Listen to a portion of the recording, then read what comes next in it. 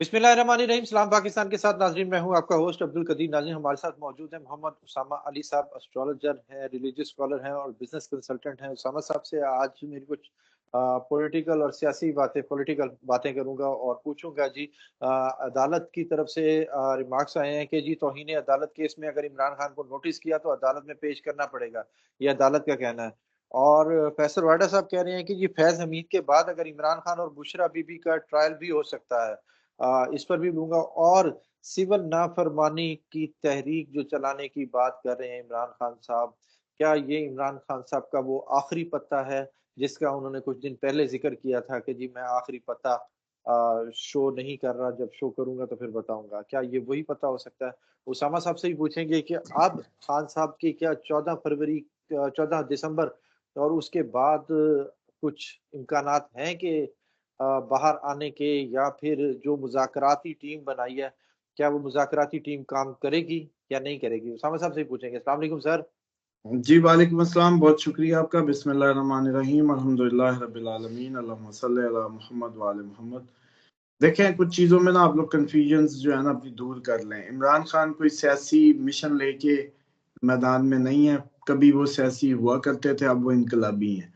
और इनकलाब के रास्ते कोई फूलों फूलों की सेज नहीं होते, और उसमें कोई एक्सपेक्टेड हार जीत नहीं होती।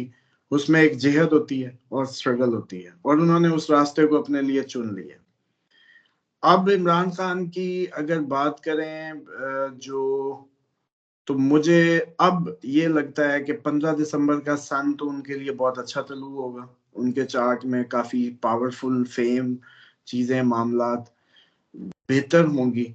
लेकिन एक चीज सिर्फ जो उनको अनफेवर कर रही है, लेकिन वो पॉजिटिव भी हो सकती है, क्योंकि मोस्टली उनकी महादिशा अंतरदिशा जो है वो पॉजिटिव जा रही है। उसमें राहु का आना फॉरेन से जोड़ता है, फॉरेन मदद, foreign income, foreign travel, foreign से कुछ ना कुछ वो 13 दिसंबर के बाद से होगा।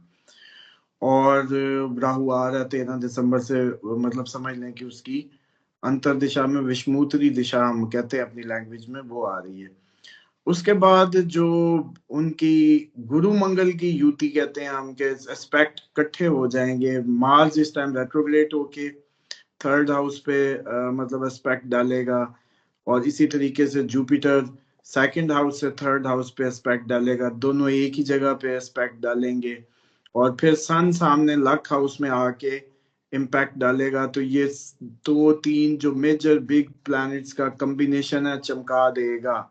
अब वो जो 15 दिसंबर के बाद इमरान खान एक तो चमक सकते हैं, फॉरेन मदद आ सकती है, फॉरेन इवन ट्रैवल भी इसके बाद पॉसिबल हो सकते होते हैं अगर कोई आम आदमी हो।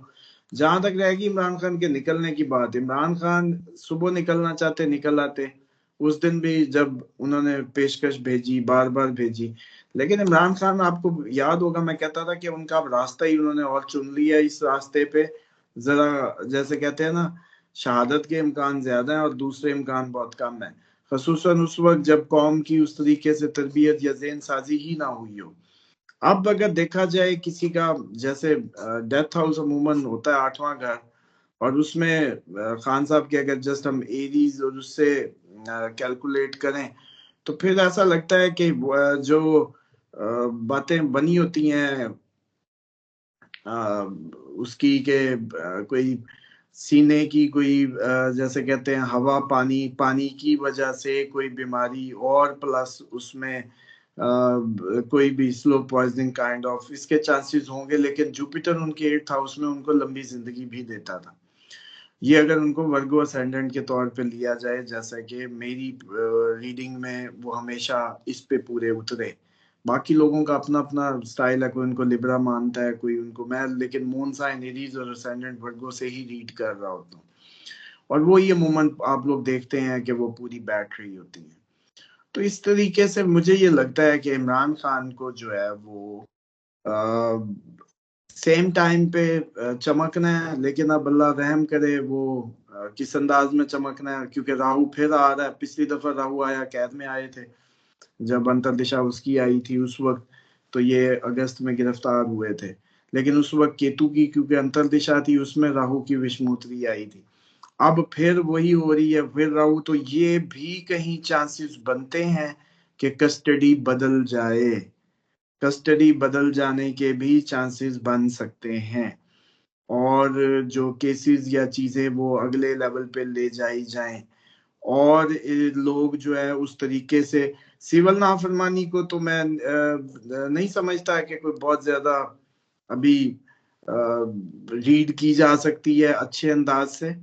काफी हद तक उसमें ये नहीं होगा कि बिल्कुल ही नहीं होगा, जान भी आ सकती है, लेकिन ओवरसीज की जो अगर आप बात करें रेमिटेंस की तो वो बिल्कुल बंद हो सकती है, वो बिल्कुल बंद हो सकती हैं। बस वो जरूरत की दवाई, जरूरत की माँ का खर्चा, जरूरत का बहन भाइयों की फीस, जरूरत की चीजें बस भेजें, बस इस हद तक, और बड़ा उसको भी क्लोज कर लें। और या जैसे मतलब ये उसमें मुझे सक्सेस नजर आती है, लेकिन अगर पाकिस्तान में सिविल नाफरमानी की उसको कहा जाए तो वो शायद उस तरीके से इनकी लीडरशिप उस अहल नहीं है और वो मेंटली क्लियर नहीं है, इस रास्ते के लिए तैयार नहीं है जिसपे अवाम और इमरान खान जाना चाहते हैं। तो इसलिए पीटीआई की जो करंट लीडरशिप है वो एक इररेलेवेंट होके अपना किरदार अदा करी और वो हटा दी जाएगी या निकल जाएंगे, जैसे मैंने पहले कहा था कि अब इमरान खान ने, बल्कि ये तो मैंने 26 के जलसे से आपको याद होगा पहले कह दिया था कि उससे कई इस्तीफे देंगे, कई छोड़ जाएंगे, इस रास्ते का अगला सफर पीटीआई वालों के लिए मुमकिन ही नहीं होगा। तो ये सारे चांसेस भरपूर हैं। हाँ, सिर्फ एक अच्छी बात है कि 15 का जो सूरज है, 15 को जो ट्रांजिट होने जा रहा है सन इन सजिटेरियस, वो इमरान खान को बहुत ताकत दे जाए, वो जो कम्बिनेशन है वो बहुत तगड़ा हो जाए और इमरान खान के सामने ये लोग घुटने टेक दें, उसके कम अज कम 60 to 70% चांसेस हो सकते हैं 15 दिसंबर के बाद। और लेकिन साथ ही क्योंकि विषमोत्री दिशा राहु की चल रही है, वो इंडिकेशन अगर, क्योंकि देखिए हर किसी के लिए तो सन यू नहीं होगा, तो हम फिर महादिशा अंतर दिशा को देखते हैं स्पेसिफिक बर्थ चार्ट में। तो जब मैं उसको देखता हूँ तो फिर मुझे लगता है कि कहीं ये राहु ने उस वक्त भी इनको कैद में डाला था, तो अब असल कैद अब ना आए, कहीं जो पहले समझा जाता था कैद कैद वो कैद, तो अब काफी अरसे की अदलिया इनके हक में, चीजें हक में, ये सुबह चक्कर देते कि अच्छा ठीक है मान गया, बाहर आ जाते। अगर इनका मकसद से बाहर आना होता तो ये कब के बाहर आ सकते थे, बाद में फिर मुकर जाते, इसमें क्या जाता है। नवाज शरीफ साहब जैसे डील करके जाते हैं फिर डील करके आ जाते हैं, ये तो रिवायती सियासत का हुसन है पाकिस्तान में। जितनी समझ लें कि यू टर्न और ऐसी गुलाटियां ली जाएं वो तो अच्छा है, लेकिन इमरान खान क्योंकि कांटा बदल चुके हैं, गियर बदल चुके हैं, तो इमरान खान के लिए शायद बहुत मुश्किल है। और काफी स्ट्रगल अभी भी पाकिस्तान को तो खैर अभी मजीद स्ट्रगल करनी है, ये तो अभी इब्तदाई इश्क है, इसमें मैं नहीं समझता कि कुछ भी बेहतरी की तरफ है। अगर फॉर इंस्टेंस कल इमरान खान को भी पीएम की कुर्सी पे भी बिठा भी दें, पाकिस्तानी अवाम को कोई अभी फायदा नहीं होने वाला अगले साल में खसूसन। तो इसलिए मैं समझता हूँ कि ये बस एक जेहद का मैदान है और बस आप लोगों ने इस जेहद से अब गुजरना है। बस इसका ये होगा कि आप लोग fruit of all this struggle is just realisation, realisation of the truth, realisation जो हकीकत का जो आगाही है उसका पता चल जाना, आंखों के पर्दे हट जाना, बस ये फ्रूट मिलेगा एज ए नेशन आपको। इसके अलावा आप कहेंगे कोई फ्रूट वो ऐसा कोई फ्रूट मुझे अगले साल में भी नजर नहीं आता। इवन के अगला साल जो जिसको लोग बड़ा इलेक्शन इलेक्शन का कहते थे, अगला अब अप्रैल पूरी दुनिया के लिए खतरनाक आने वाला है, खसूसन पाकिस्तान, हर जगह ही बहुत बड़ी इवेंट्स हैपन हो सकते हैं। और इसलिए मैं समझता हूँ कि बस आप लोगों को, हम लोगों को ज़हनी तौर पे अब मैक्सिमम जैसे कहते हैं ना कि खुदा की तरफ रजू करके अपनी डायरेक्शंस को और उसके हुक्मों के अंडरस्टैंडिंग को बढ़ाना है। हाँ, इसमें भी प्रेडिक्शन ले लें कि अगले साल से आप लोग मजहबी हो रहे होंगे, अगले साल से आप लोग फिलोसफिकल हो रहे होंगे, अगले साल अप्रैल से सबका रुझान जो है पूरी दुनिया में मजहबी रुझान। अच्छा सर, मजहबी रुझान तो बढ़ने लगेगा, उधर मदारस का जो सा है, फजल रहमान साहब हुकूमत के आमने सामने हुए हैं, क्या लगता है कि उनका बिल पास हो जाएगा? नहीं, ऐसा कुछ भी नहीं होना, क्योंकि फजलुर रहमान साहब पहले भी काफी कुछ गवा चुके हैं, एक दफा फिर चक्कर में आ गए थे, अब दोबारा चक्कर से निकल आए हैं, तो मुझे लगता है कि वो इस जेहत और में मूवमेंट में, रेजिस्टेंस में इमरान खान के साथ हों या अपनी एक रेजिस्टेंस की मूवमेंट शुरू करें, उसके ज्यादा चांसेस हैं। मदारिस बिल शिल जो है वो नहीं हो सकता। वो यही कहा जाता है कि हमें जहां से भी पैसे आते हैं भी हम तुम्हें क्यों बताएं। वो तो फिर मसला ये है, पूरे मुल्क को बताना चाहिए ना, अक्रॉस द बोर्ड, हर महकमा, हर कोई ऑडिटेबल हो, तो फिर वो हो, या निजाम इस्लामी हो तो फिर उसको ऑडिट किया जा सकता है। वरना वो कहते हैं भीख मांगे हम, चंदा इकट्ठा करें हम, और हम आपको किस चीज का हिसाब किताब दें। या बेहतरीन तरीका वही होता है, जो मदारिस के मुलमा उनके खिलाफ है वो सारे वो बोर्ड है जिनको फंड किया जाता है। तो जिनको फंड किया जाता है उनको तो कोई प्रॉब्लम नहीं है, क्योंकि उन्हीं का पैसा, उन्हीं को हिसाब किताब देना, कोई मसला नहीं है।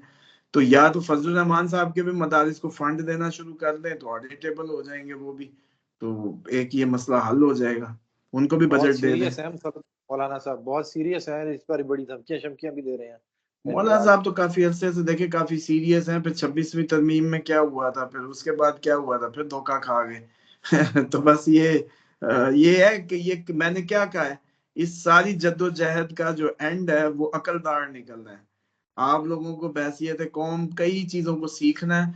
आप लोग इसके एंड पे कम अज कम, कोई मैं ये तो नहीं कहता प्रॉस्पेरिटी के फ्रूट इंजॉय करेंगे, लेकिन कम से कम रियलाइजेशन का फ्रूट आपके पास जरूर होगा, खुद आगाही, हकीकत शनासी, ये मिलेगी आपको। बहुत शुक्रिया सर। सामा साहब हमारे साथ मौजूद थे। 15 दिसंबर का सूरज जो सा इमरान खान के लिए खुशियों का सूरज होगा। बहुत शुक्रिया सर। सलाम पाकिस्तान। Thank you sir.